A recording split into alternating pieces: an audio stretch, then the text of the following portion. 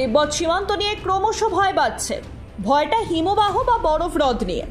একাধিক উপগ্রহ চিত্রে জলস্ফীতির ছবি ধরা পড়েছে। যে কোনো সময় ফেটে যেতে পারে সেই হ্রদ।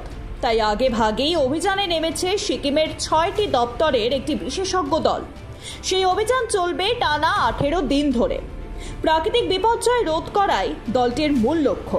অভিযানের নেতৃত্ব দিচ্ছেন বিজ্ঞান এবং প্রযুক্তি দপ্তরের সচিব সন্দীপ তোম্বে। এছাড়াও রয়েছেন ভারতীয় জওয়ানরা।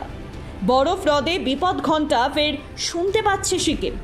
তাই গত বছরের ঘটনার পুনরাবৃত্তি রোধে আগাম ব্যবস্থা নিতে এবার বিপজ্জনক 5টি হ্রদে বিশেষ সমীক্ষা চালানোর সিদ্ধান্ত নিয়েছে প্রশাসন।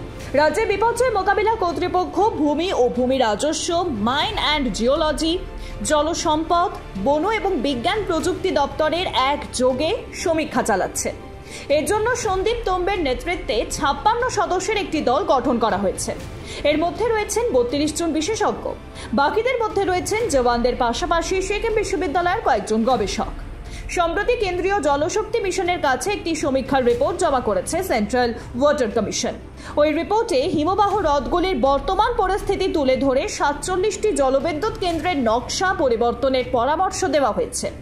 তার মধ্যে সিকিমে থাকা কয়েকটি হ্রদ নিয়ে উদ্বেগ প্রকাশ করা হয়েছে।